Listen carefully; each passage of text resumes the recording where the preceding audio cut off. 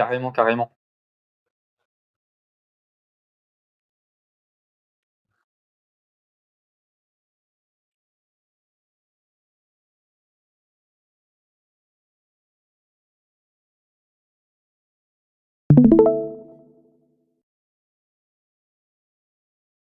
Je viens de lancer le partage, dites-moi si vous le voyez.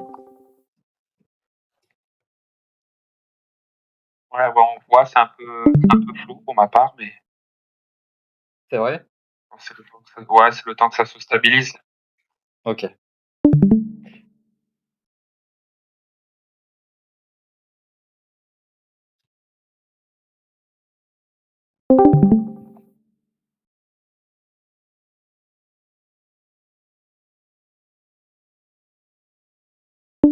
C'est la Wi-Fi, ça. La fameuse Wi-Fi, ouais, c'est ça. Ça va mieux du coup, ça s'est stabilisé quand même.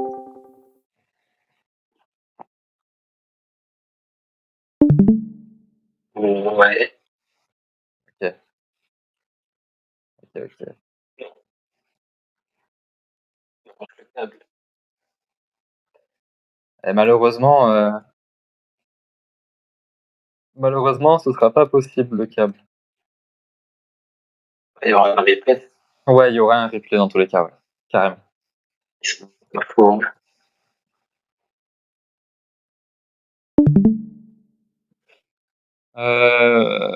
Alors, du coup, déjà, est-ce que tout le monde est prêt? Bon, vas-y, fais marcher. Ok, ça va, en balance. Du coup, j'ai lu toutes les questions que vous m'avez envoyées. Il y a une, comment dire, il y en a eu majoritairement trois qui en sont ressortis du lot. La première, du coup, c'était le fait de prendre en compte la temporalité, de manière générale, l'axe du temps, dans les analyses sur les charts. Alors ça, du coup, c'est la méthodologie SMC qui, en fait, le prend directement en compte dans la psychologie. Donc, en gros, quand vous apprenez, en fait, les bases de la méthodologie SMC, vous apprenez aussi l'importance de l'axe du temps par rapport à l'axe du prix. Donc, en fait, au final, tracer en prenant en compte la temporalité, c'est plus ou moins apprendre au final les bases du SMC et qu'est-ce que justement ça veut dire le SMC. Ensuite, les deux prochains points, ce seront par exemple, enfin plutôt des exemples de prendre en compte la temporalité dans les analyses. Donc en fait, le premier, c'est expliquer les FVG, BRK et les pivots. Donc du coup, le FVG, qu'est-ce que c'est? C'est l'acronyme pour Fill Vote Gap. Donc c'est pour fill les gaps qui sont nus, on va dire. Donc en gros, si on analyse cette charte-là, qui est Bitcoin en weekly, en gros, à partir du moment où vous voyez une bougie qui a une très forte amplitude, ça crée un gap. Donc typiquement, si on prend par exemple le 3 mai 2021 et qu'on zoome dans cette bougie-là,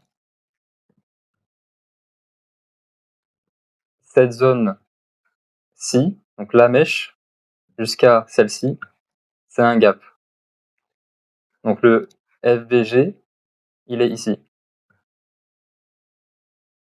Donc au final, à partir du moment où on fait une grosse bougie avec une forte volatilité, ça crée un gap.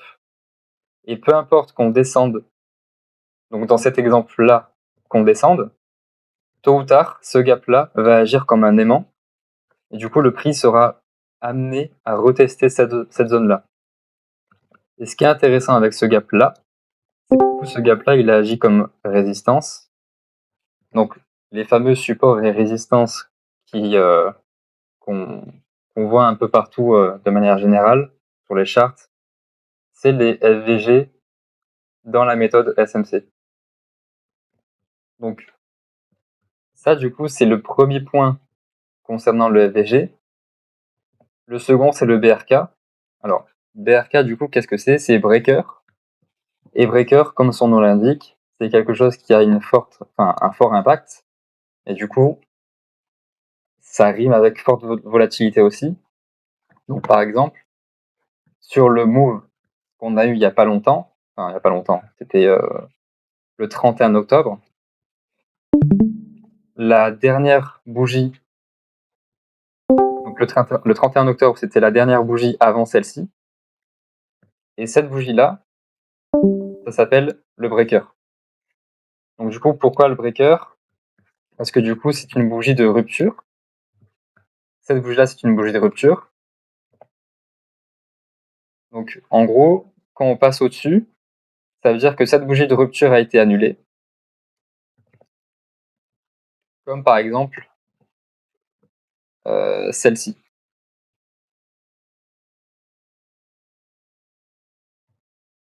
Donc là, c'est pareil. Bougie de rupture, forte volatilité. Derrière, on repasse à la hausse au-dessus. Cette bougie de rupture a été annulée. Et le fait que ce soit un breaker nous amène à la prochaine question. C'est les break-of structures. Ça s'appelle les BOS. Donc en gros, les BOS, quand on revient ici, là, on a notre mèche. Donc on va l'appeler BOS. Pourquoi? Parce que du coup, on passe au-dessus de cette mèche-là. À partir du moment où on passe au-dessus de cette mèche-là, on change de structure. C'est-à-dire que là, on était baissier, on faisait toujours des hauts de plus en plus bas. Et là, à partir du moment où on a pété cette mèche-là, celle-ci, on a fait un haut, du coup, celle-ci, enfin celui-ci, plus haut que le bas précédent. Du coup, BOS, c'est un changement de structure, un changement de polarité, on va dire. On a un biais qui s'oriente plus haussier que baissier, du coup. Et ensuite, quand on a du coup passé ce breaker-là, donc cette session de rupture-là qui a au final marqué la fin de la baisse, ce gap-là, c'est pas un FVG traditionnel, on va dire, où justement ce FVG-là a été fill ensuite, par la suite, au final. Celui-là ne sera. Enfin, les probabilités vont vers le fait qu'on ne file pas ce gap-là, celui-ci. Donc là, je le marque. Ça s'appelle un FVG breaker. Et ce FVG breaker, pourquoi il est différent du FVG normal?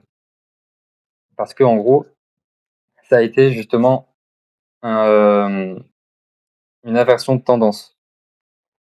Donc en gros, si on doit pullback, on fera comme ceci et on repartira. Ce gap-là, il ne sera probablement pas fill comme ça. Sinon, ça veut dire que ça n'a pas été une inversion de tendance, ce qui va contre l'apprentissage du SMC.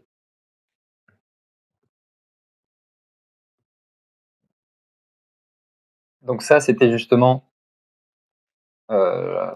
concernant le FVG, le breaker et le BOS. Ensuite, on va enchaîner avec l'IDM. L'IDM, c'est l'inducement. Et l'IDM, en gros, c'est comment dire, une philosophie qu'on veut chercher pour justement aller chercher la liquidité et ensuite partir dans l'autre sens. Donc en gros, si on doit le schématiser, le price action qu'on a eu ces dernières semaines, ceci est un IDM. Pourquoi? Parce qu'on a pris cette liquidité-là, la liquidité vendeuse, la SSL du coup, on l'a prise, et à partir du moment où on l'a prise, on a fait une structure de renversement haussier, et depuis qu'on a réintégré ce range-là, du coup, ça veut dire que ceci est un inducement.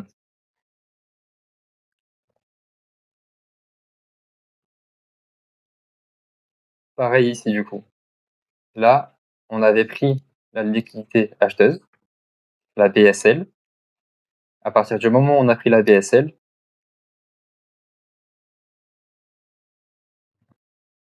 on a réintégré, et le fait qu'on réintègre très rapidement, comme ici, ça crée l'inducement. Du coup, c'est aussi simple que ça. C'est plus ou moins de la chasse à la liquidité pour avoir de la force derrière pour aller vers le sens opposé.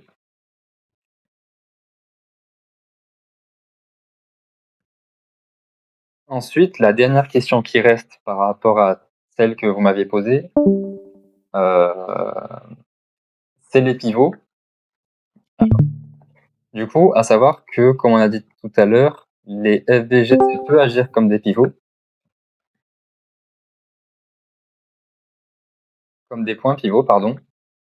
Il y a une autre méthode, du coup, c'est les volumes profile. Pourquoi? Parce que justement, les volumes profile sont extrêmement intéressants pour analyser les ranges. Et les ranges, au final, c'est l'environnement, on va dire, préféré, où on est le plus à l'aise en méthode SMC, même si on peut avoir des targets sur le long terme, etc. Les ranges, c'est justement l'environnement de travail, on va dire, privilégié. Donc en analysant en fait les différents ranges, donc si on y va petit à petit, il y a ce range-là, ce range ici, et ce range-là.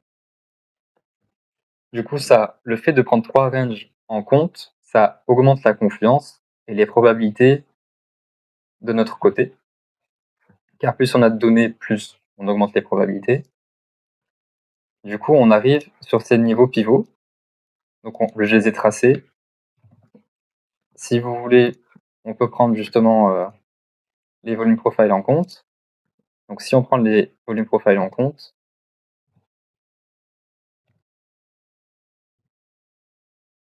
ceci c'est la borne haute du précédent range. Donc le fait qu'on ne l'ait pas testée, ça veut dire qu'elle est nue. Et le fait qu'elle soit nue, c'est rajouter le préfixe NV devant tous les termes ci-dessous là, listés. Donc on va juste enlever pour que vous voyez mieux.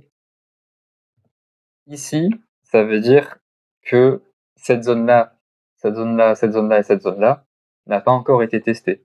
Donc à partir du moment où on a eu ce breakout haussier, de ce range-là, à partir d'ici, ça veut dire que cette zone-là devra tôt ou tard être retestée, comme ce gap ici. D'où la notion de prendre en compte la temporalité dans les analyses de SMC. Tôt ou tard ne veut pas dire demain, ni dans 100 ans. Il faut juste s'adapter au marché. Du coup, on a nos plans. Et les plans, c'est tôt ou tard, on viendra fill et retester ces niveaux-là. Quand on ne sait pas, mais on le fera. Du coup, pourquoi ces niveaux-là? Donc, NVVH, ça veut dire la borne haute du précédent range qui n'a pas été testé. VAL pour la borne basse. Et VPW pour justement les wicks en termes de liquidité dans les volumes. Donc en gros, là où il y a le moins de volume exercé dans toute cette temporalité, ça agit comme justement une zone de très forte réaction. Donc, ce que je veux dire par là, c'est par exemple, si le prix arrive ici, il peut faire ça, mais derrière, à partir de là, il y a de très gros murs de liquidité, on va dire. Donc, vu que ici, c'est des liquidités acheteuses, le prix rebondira de l'autre côté, il retestera et il repartira. Ce que je veux dire par là, c'est que tous les niveaux bleus ici agissent comme des comment dire? Comme des aimants, et à partir du moment où on les touche, on aura une très forte réaction vers l'autre côté, même si on fait une mèche. Donc ça, c'était pour les niveaux pivots. Et comment on les identifie? C'est très simple. Donc si on prend juste un seul volume profile,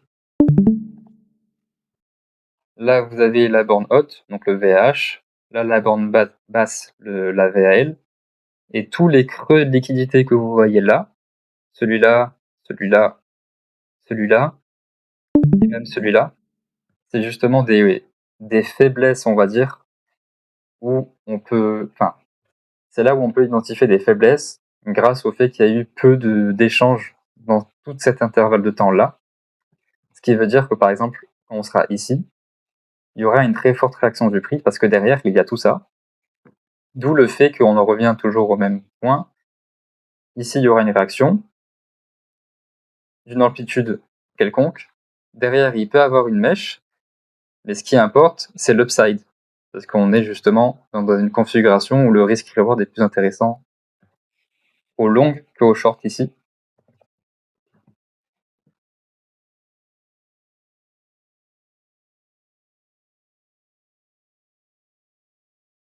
Du coup, toutes les questions ont été plus ou moins répondues. Est-ce que déjà vous avez des remarques ou des points où je peux améliorer certaines explications ou pas?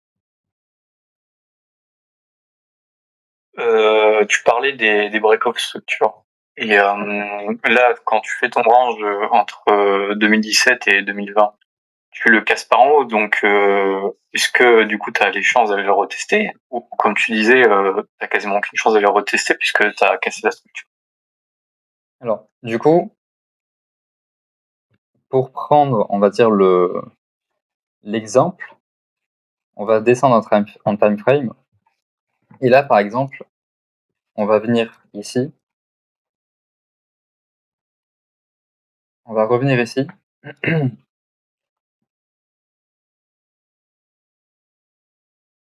Et là, en fait, le break-off structure, ça ne veut pas dire au final que la tendance restera toujours haussière. Donc si on prend juste cette charte-là, on fait des hauts toujours plus hauts, enfin des bas toujours plus hauts. Du coup, le BOS, il n'est pas à la baisse, comme ici par exemple, il est toujours à la hausse. Du coup, à partir du moment où vous voyez un BOS, ça indique un changement de temporalité. Donc on ne devient plus, enfin le biais est beaucoup moins orienté ou priorisé du côté des acheteurs dans ce scénario-là, mais vendeurs. Et pourquoi du coup le prix s'est arrêté là? C'était un gap. Donc c'est le même principe que quand je dézoome, que je mets en weekly.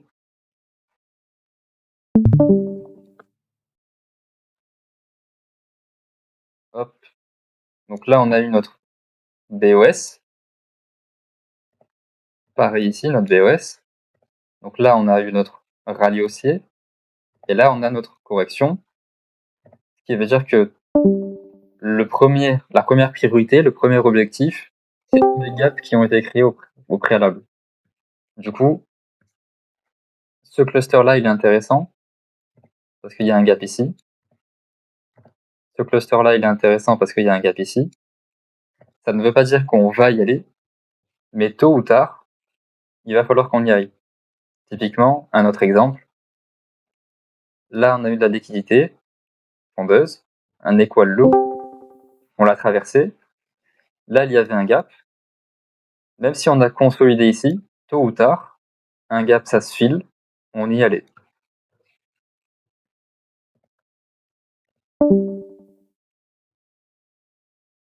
Ça répond plus ou moins à ta question.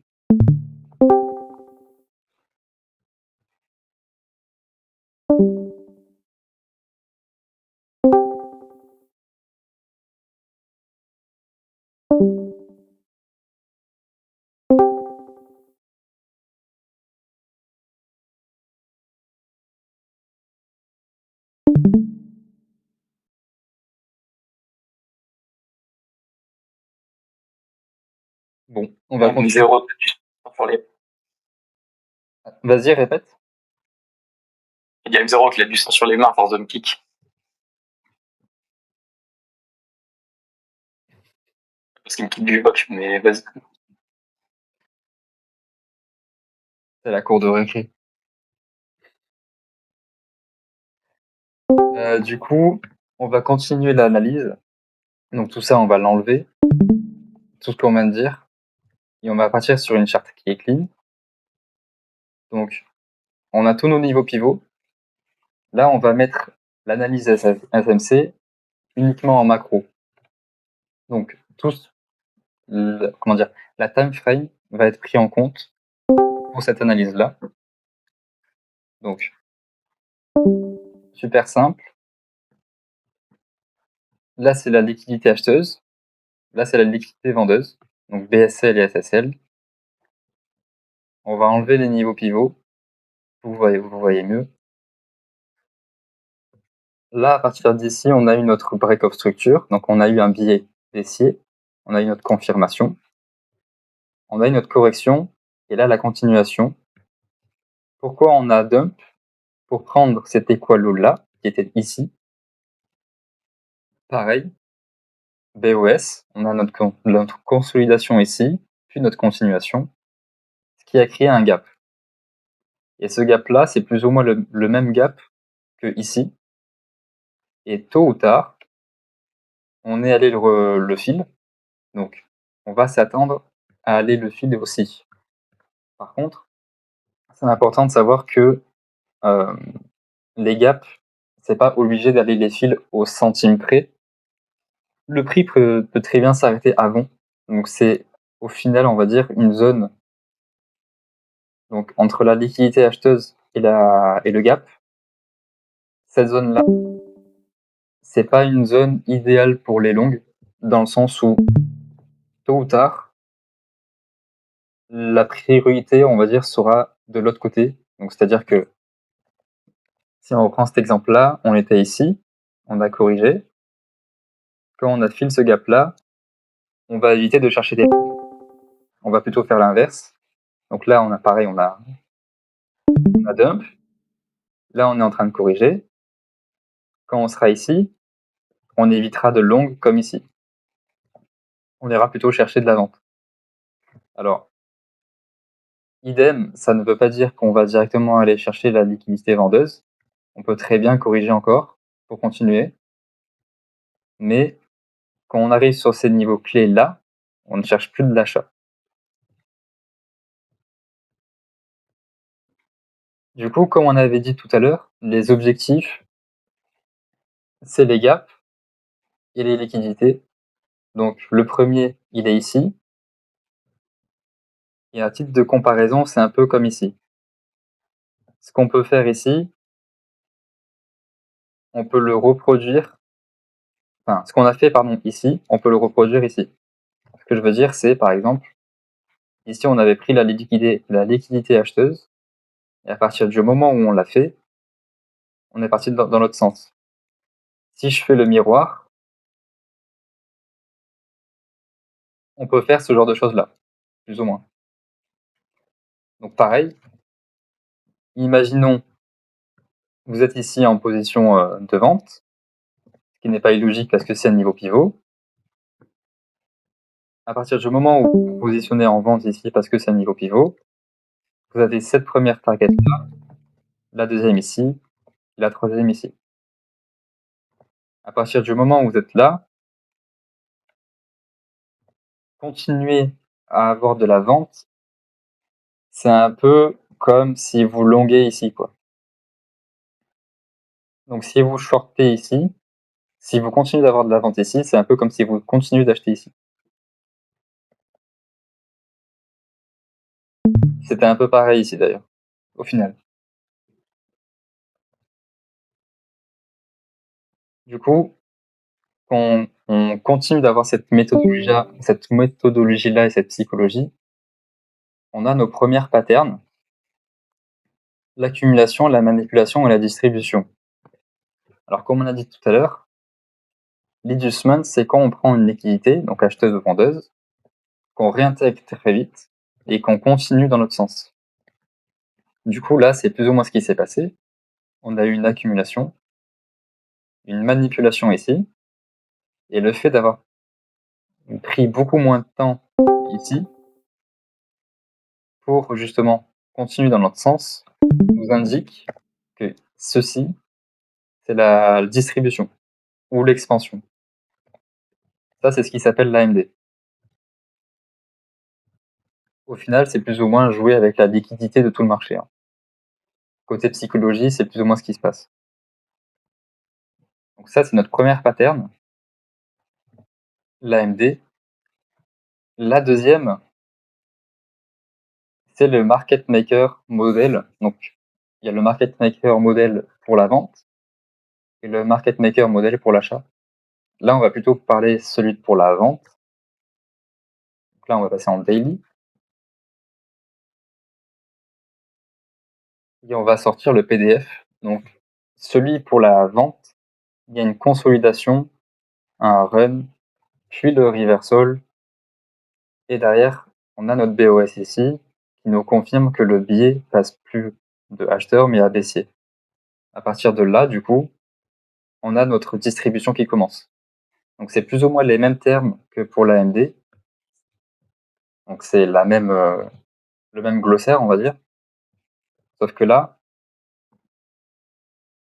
sur Bitcoin, on a l'accumulation, le run, et théoriquement, notre reversal dans cette zone-là, du coup. Donc à partir du moment où on prend cette liquidité-là, acheteuse, entre cette liquidité-là, acheteuse, et le gap, c'est notre reversal, d'après notre pattern. Du coup, si on trace ça correctement, on aurait notre reversal plus ou moins là. Donc ce sera à la fois la fin du fait qu'on file le dernier gap, la fin du rallye haussier car on a pris la liquidité acheteuse, la fin d'un pattern du coup, accumulation, manipulation et l'expansion, et le reversal du coup, en plus petite time frame, en daily, pour le reversal baissier du coup. Donc la suite, ce sera justement la distribution, la redistribution,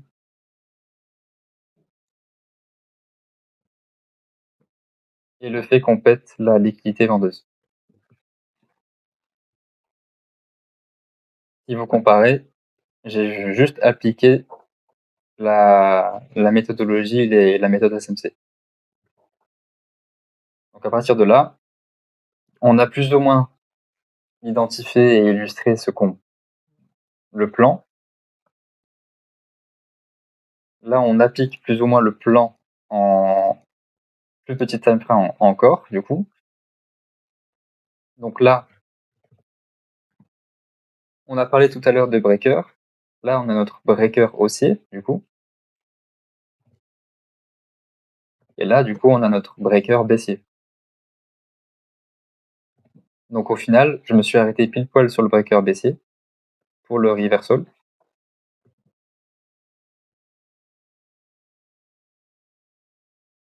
Ensuite, pour continuer dans la question, prendre en compte la temporalité dans tes analyses, tu as deux choix au final. Tu as soit les indicateurs comme les EMA, soit les channels. Donc par exemple, tu as les pitchforks. Les pitchforks, au final, c'est comme les Fibo, sauf que là, tu prends des, des canaux au lieu de juste des lignes. Ce qui prend justement en compte le temps. Donc par exemple, ici, vous avez la ligne 1 du pitchfork, là où j'ai justement le channel normal. Donc le channel, au final, tu vois, il continue. Et derrière, vous avez tous les niveaux Fibo qui sont proportionnels au canal. Donc par exemple, là, vous avez l'OTE, l'Optical Trade Entry, 0,618 ou 0,65. Et ici, vous avez le même, enfin, on va dire la mèche ici, cette ligne rouge-là, c'est le même ratio que ici. Donc ça identifie plus ou moins le moment où on sera suracheté, du moment survendu. Donc pareil, ça rajoute de la confiance sur le scénario où on sera là, ce sera le moment du reversal et pas de la continuation à la hausse. Ou du moins les probabilités vont vers le sens du reversal et pas de la continuation à la hausse.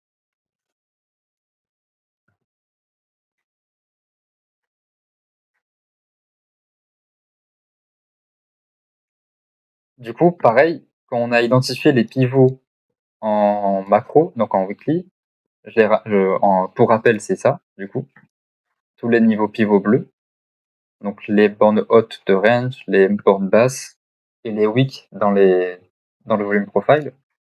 Vous avez le même procédé en petit time frame, donc daily ou H4. Et là, du coup, c'est la borne basse du range, donc celui-là.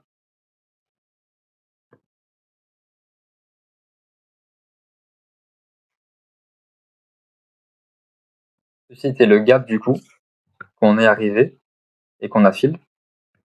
Donc pareil, en daily, vu qu'on est là, on va pas chercher des longues, vu qu'on a fill un gap. C'est plus ou moins le même principe que celui-ci. Quand on avait fill ce gap-là, c'était pas le moment de longue.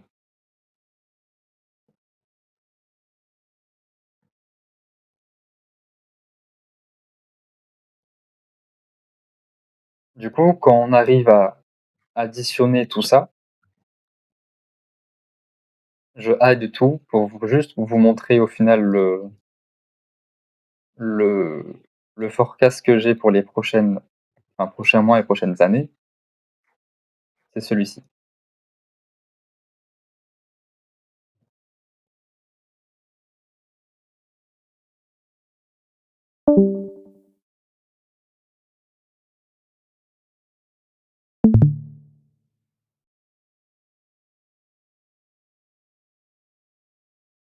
Donc en zoomé, ça ressemble à ça.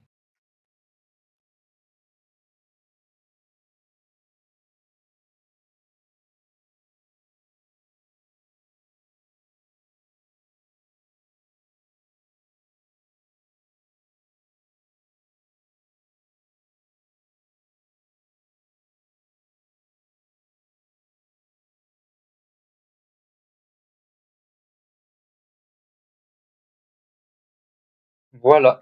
Est-ce que vous avez des questions du coup déjà?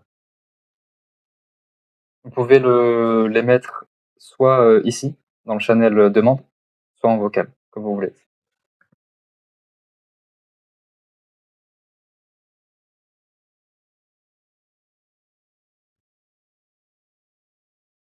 Salut Scar, je voulais te demander, est-ce que ce sera possible de revoir l'enregistrement? Ouais, là je suis en train d'enregistrer et le lien sera disponible sur le drive, normalement. Ok, je te remercie.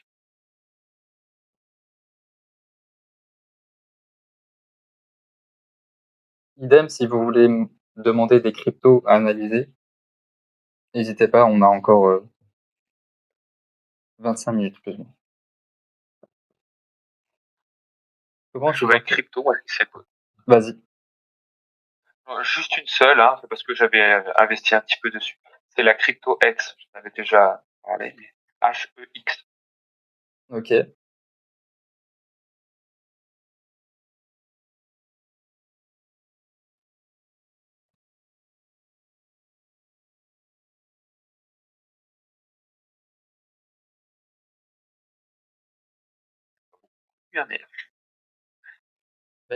Ça me dit un truc, mais je crois qu'il n'y a pas beaucoup d'historique. Je vais avoir un lien où tu pourras peut-être le voir. Moi j'ai ça, attends, je vais essayer de te l'envoyer. Ah,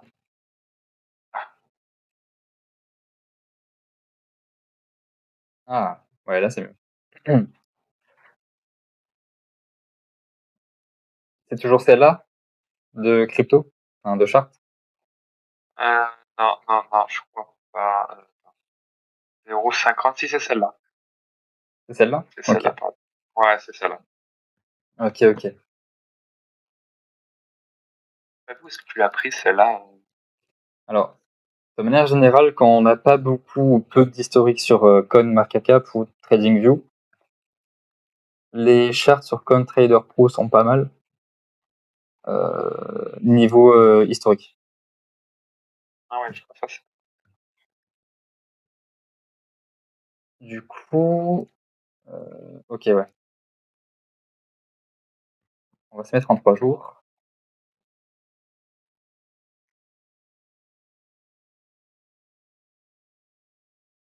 On va tout enlever. Alors.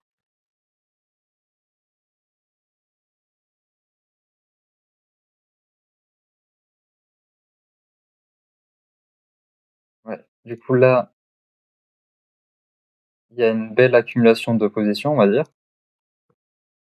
du côté de l'achat.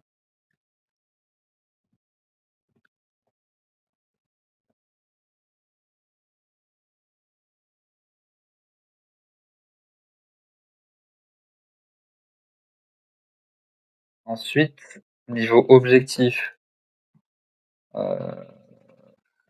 donc là, tu as eu ton BOS. Là, on est en train de rallye, du coup, suite à la réaction ici, cette mèche-là. Là, tu as un gap. On a plus ou moins fill au final, suite au BOS. C'était un equal low en 3 jours. Donc du coup, c'était un niveau important, d'où la réaction à partir de là. Et justement, je vois pas d'autres equal low. Attends, je vais mettre en weekly. je voulais savoir, du coup, tu as parlé du IDM, je sais pas si c'est ça. Ouais. Tu sais, comme sur les 69 000, comme tu as dit qu'on est venu, comment dire, rebondir dessus, ça fait comme un miroir, c'est ça, on est reparti direct à la baisse. Ouais. Du coup, j'aimerais savoir où il pourrait se situer, l'endroit qui serait en gros le bottom, tu vois. Alors, ce que je peux te dire, par exemple, c'est que là, depuis que X a pété l'équal low 3 jours, donc ça, c'était un gros niveau de liquidité. Il y avait 3 wicks. Donc, ce qui veut dire que là, ce qu'on a fait, c'est de la chasse à la liquidité. Donc, c'est un ITM. Là, on est en train de corriger, de faire tout le retracement de la baisse. Donc, potentiellement, depuis ici, du coup, pour faire un mouvement en 3 temps, soit depuis là. Et ça, pour le savoir, c'est uniquement le temps qui va te le dire. Par contre, ce que tu peux faire, c'est prioriser l'achat ou la vente en fonction de là où tu es. Donc, en gros, là, tu as ta BSL. Donc, attends. Hop. Donc, à partir du moment où tu as pété la BSL, attends, j'essaie juste de trouver le. Ok, il est là. Donc, à partir du moment où tu as pété la BSL, les objectifs, enfin, la priorité n'est plus à la hausse, mais plutôt à la baisse. Donc, si tu te mets par exemple en daily, ça c'était la BSL en 3 jours. Et niveau gap, à la limite à celui-là, mais il n'est pas très important. Donc en gros, même si tu fais ça, derrière, il y a de très fortes chances que ça fasse cette réaction-là.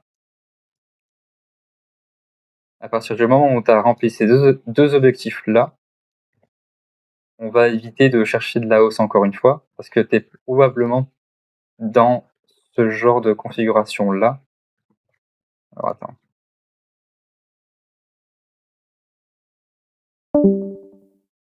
Donc, tu vas justement avoir une continuation à la baisse. Bon, alors pas autant, mais j'arrive pas à savoir pourquoi il me fait ce genre de truc là.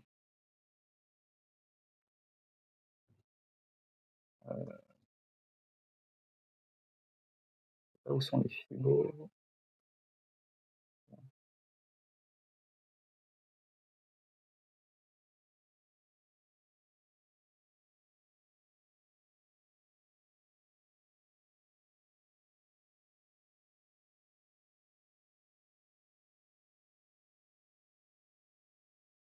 Voilà. Donc, à partir du moment où tu es là, il y a deux choix. Vu que les deux objectifs ont été remplis, on va dire, soit tu as une correction pour continuer, soit tu as un mouvement impulsif pour aller directement chercher ça.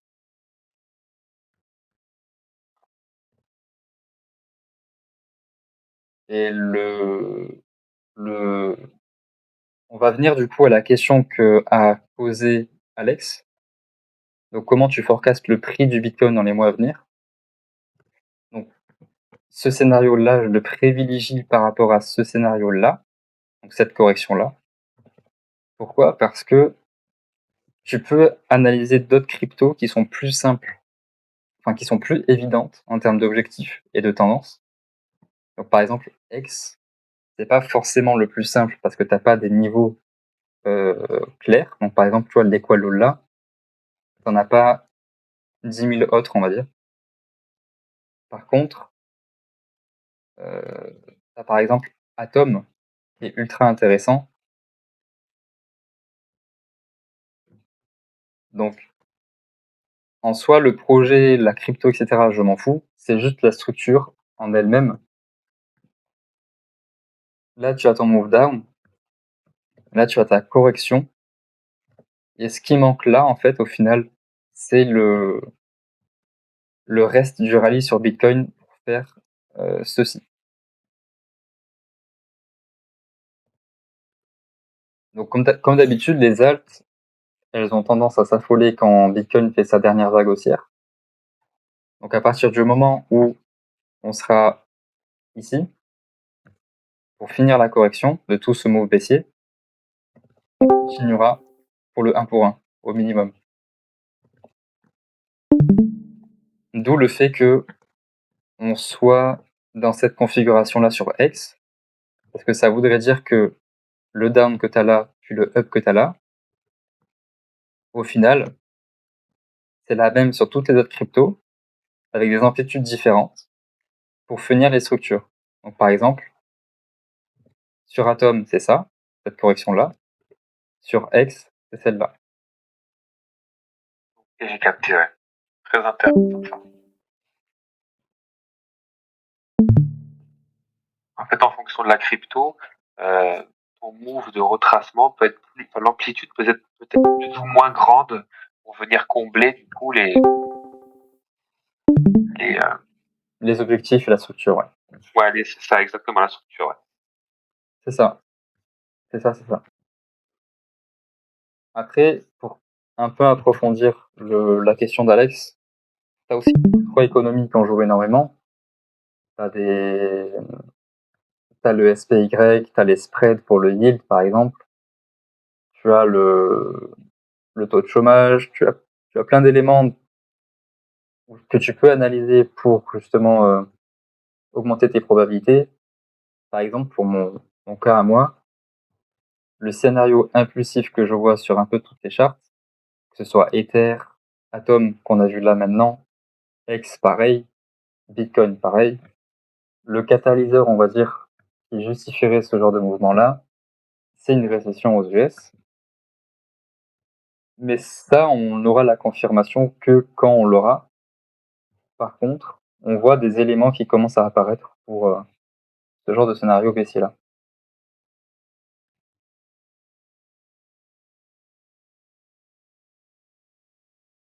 Alors, le point bas du BTC, en soi, tu ne peux pas le forecast, parce que comme on a dit tout à l'heure, au final, tu as trois objectifs en SMC.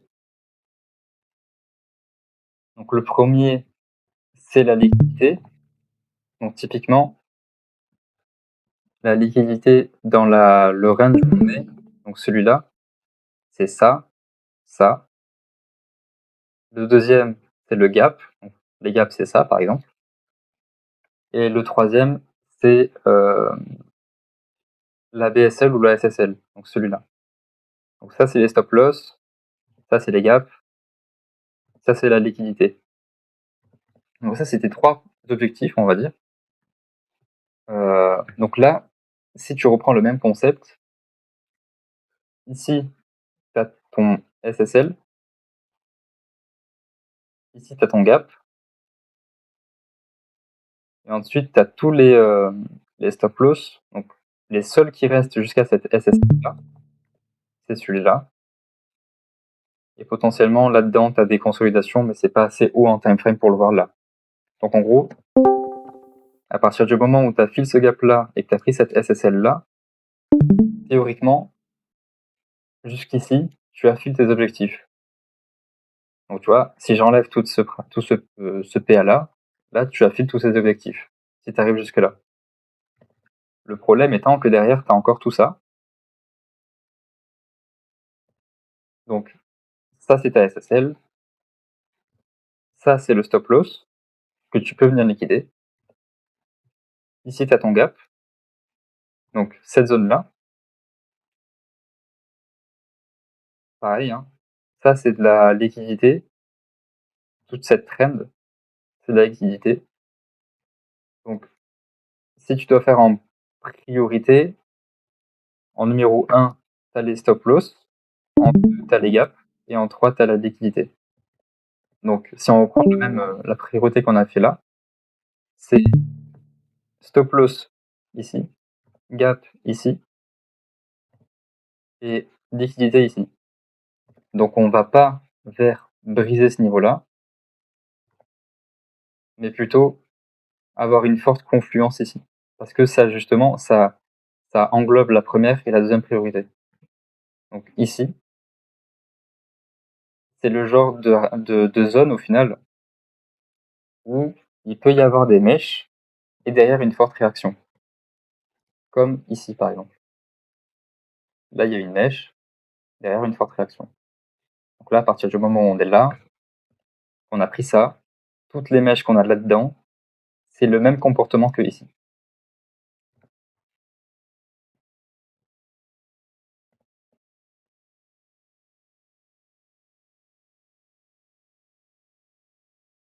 Donc si je calcule le Fibo par rapport au Covid, on serait plutôt au 7, 8, 6 au final.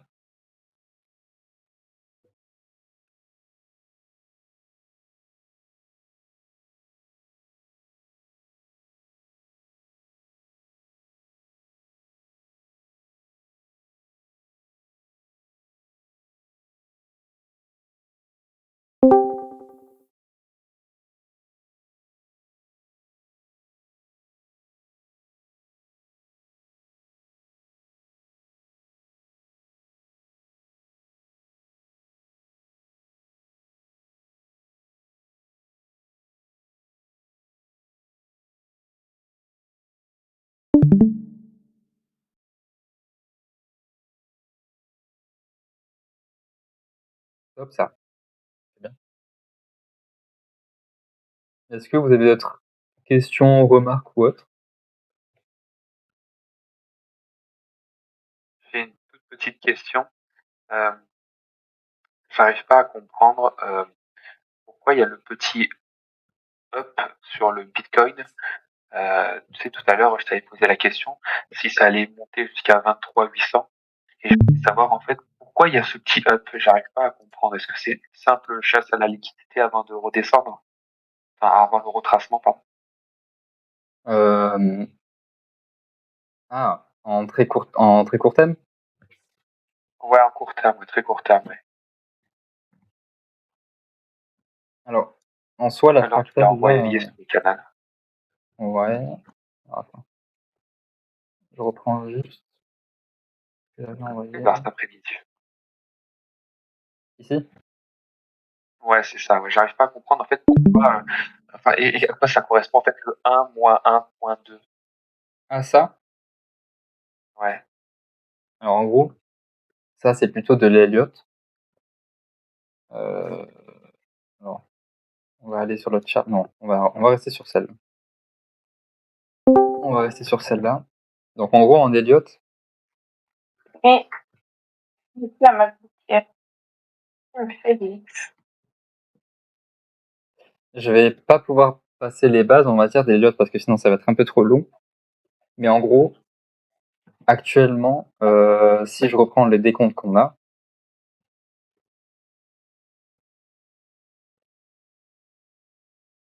donc ça, c'est notre première vague impulsive. Là, c'est la correction.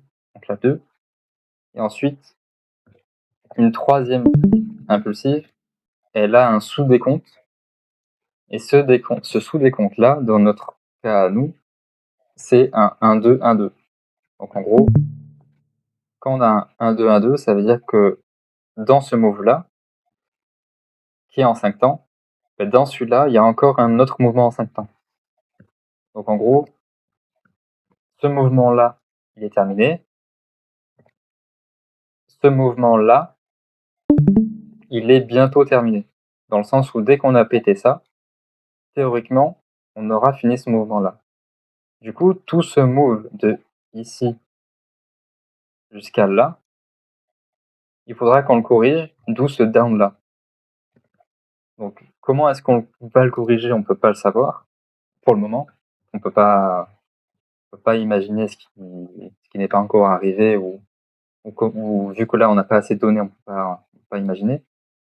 Donc en gros, à partir du moment où on a break ce top là, ou pas forcément si la 5 est tronquée,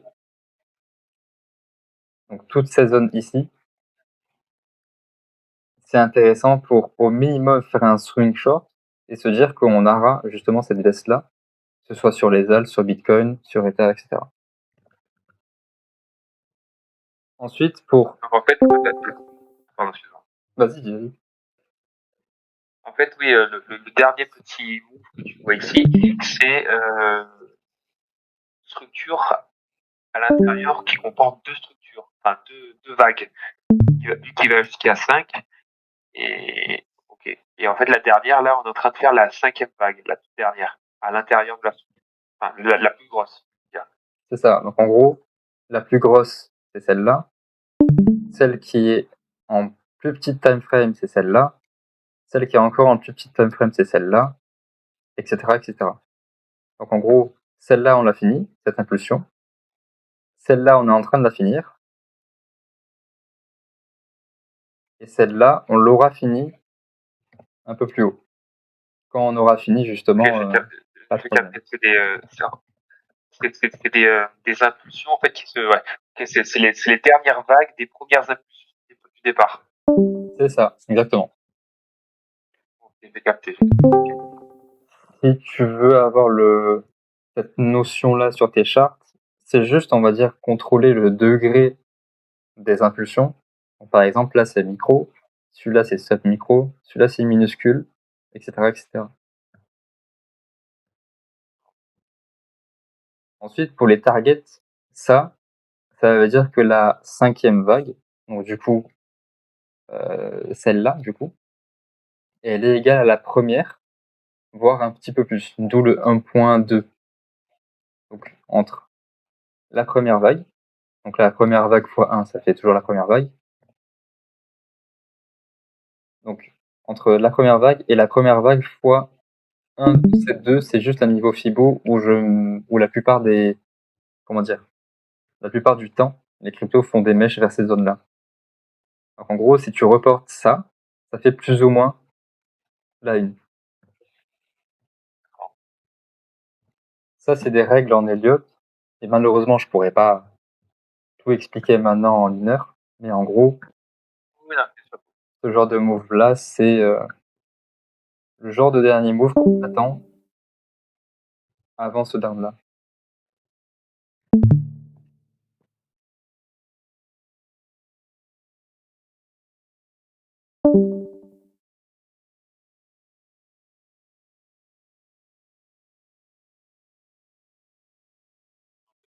Tu vois, en fait, après le retracement, tu vois jusqu'à fin décembre et 21, on continuera encore une structure.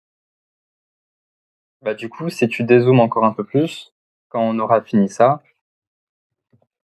on ira pour la 3e vague de ce degré. Ok, j'ai capté. Ça, c'est, il y en a beaucoup. Ouais. Ok, merci pour ta réponse. Pas de souci.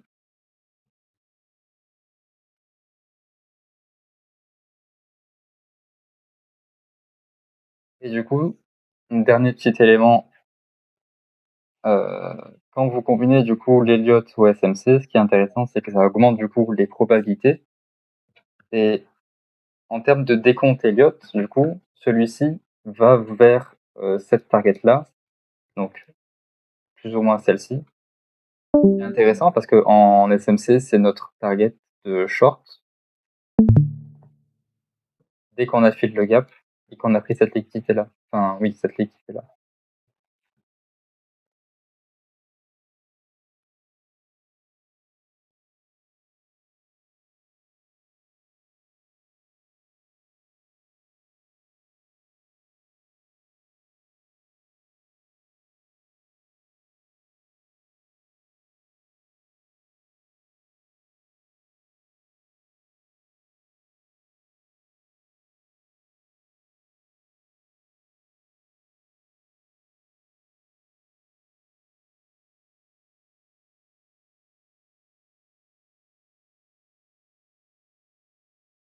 Au cas où, vu que vous êtes tous là encore, vous avez justement la charte sur Ether,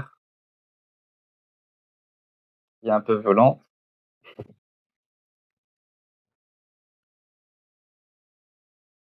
C'est violent, ouais.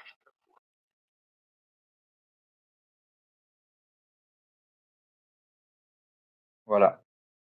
S'il n'y a pas d'autres questions et pas d'autres demandes, pour moi, j'ai fait le tour. Après, ça peut toujours être beaucoup plus approfondi.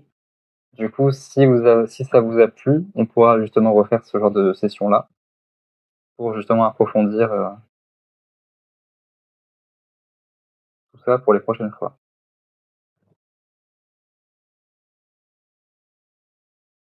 Eh ben, merci à toi. En tout cas, pour le DOM de Ethereum, c'est très très très violent. C'est pas considéré comme un retracement. C'est énorme. Enfin, on parlait tout à l'heure de breaker. Ouais. La très grosse descente. Ouais. Voilà. Alors, contextuellement parlant, cette baisse-là, en fait, peut paraître gigantesque. Là, si tu prends de là à là, donc mèche à mèche. Hein. Si tu prends de C'est le mèche à short de mèche, nuit, ça. c'est voilà, c'est moins 83. Cependant, ce n'est pas déconnant. Pourquoi? Parce que quand tu compares, par exemple avec Atom, je ressors cette charte-là. Si tu prends le 1 pour 1, donc là tu as ta vague impulsive baissière, là tu as ta correction. Donc si tu prends le 1 pour 1, donc de là à là en reportant ici, tu arrives ici. Et en termes de pourcentage, du coup, ça reviendrait à moins 86. Et ça, c'est sans avoir de biais ni rien, c'est juste un fait. En Elliott, quand tu as ce genre de structure-là, donc si on continue de grimper dans les semaines à venir, derrière, c'est minimum le 1 pour 1. C'est un fait, c'est comme ça. Donc en gros, si on part du principe que du coup les probabilités sont vers ce scénario-là, on prend par exemple ce haut de marché haussier, là le bas, c'était plus ou moins 94%. Là pareil, tu prends le haut, tu reportes en bas, et là c'est plus ou moins 94%. Et pourquoi j'ai pris cette fractale-là? Parce que sur Ether, ce qui est plus intéressant que Bitcoin, c'est le fait que ici, tu as un equal low, ici un deuxième, ici un troisième, du coup, que je n'ai pas encore mis. Donc tout ça, en fait, si tu veux, ça va agir comme un aimant. Et quand on n'aura plus d'objectif acheteur, donc quand on sera ici, potentiellement, tout ce restant sera au sud. D'où comment dire, ça qui agit comme un aimant. Et dès qu'on l'a hit, derrière, c'est vice versa, quoi. C'est un rebond de balle, on va dire. Donc là, tu as ton rebond, suite au fait que tu as pris toutes ces liquidités-là. Là, tu as ta conso, comme celle qu'on avait regardée sur Bitcoin. C'est le même comportement. Et derrière, tu as la continuation. Pourquoi la continuation? pour prendre cette étoile-là en 3 jours, du coup. Et quand tu as rempli tous ces objectifs-là, tu n'as plus de liquidité à aller chercher au sud, vu que les prochaines, on va dire, sont soit là, soit ici. Et vu qu'on veut, enfin, vu que les structures en muesli vont vers une continuation haussière, derrière, on est plus vers ce scénario-là que l'inverse, en fait.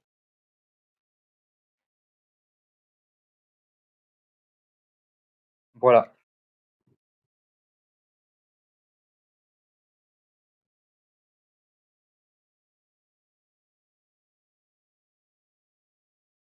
Dernière question, du coup, pour DXY et SP500, ça bouge pas, on va dire. L'idée reste la même. On va, comment dire, on va pas chercher ce qui est le peu probable. Là, en gros, on a fini nos 5 vagues impulsives baissières. Tôt ou tard, il y aura ce move-là. Donc la première vague est toujours au minimum égale à la 5e. Donc ça, c'est le report. Donc c'est ici. On l'a plus ou moins hit. Ça, je l'ai, je crois, depuis 2 semaines, du coup. Je l'ai partagé la semaine dernière. L'OTE, c'est jusqu'ici. Donc au minimum, on a ce genre de mouvement-là en 5 temps, quoi. Enfin, en 3 temps, pardon. Ensuite, pour le SPY, c'est plus ou moins le même dada, on va dire. Un peu plus complexe, mais en gros, là, on a fini une correction en 5 temps. Comme ceci. Là, on est en train de corriger au final toute la baisse qu'on a fait ici. Donc ça se corrige. D'où cette fractale-là que j'ai pas bougé. Et je pense qu'on sera sur un sorte de flat ou alors un genre de triangle comme ça. Pour de la baisse du coup.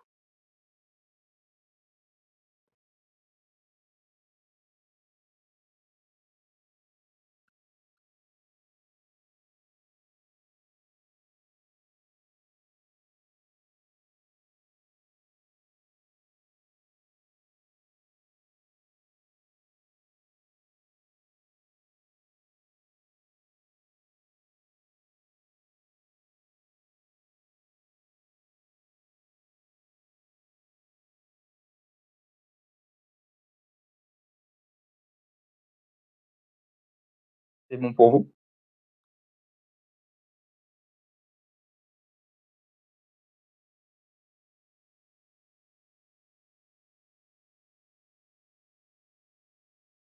Tout plaisir pour moi. C'est cool. Merci à vous.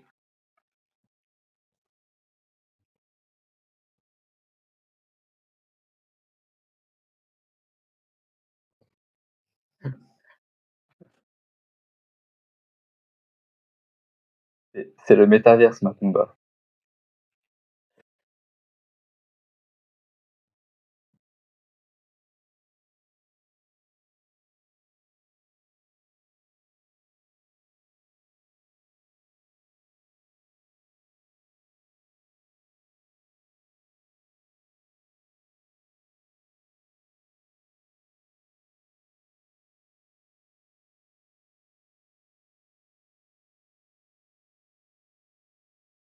Merci. Bonne soirée. Et du coup, n'hésitez pas si vous avez besoin, si vous avez des questions, si vous avez besoin de renseignements ou autre, soit par MP, soit sur le channel directement général, Elliot. Elliot et SMC d'ailleurs, depuis très peu.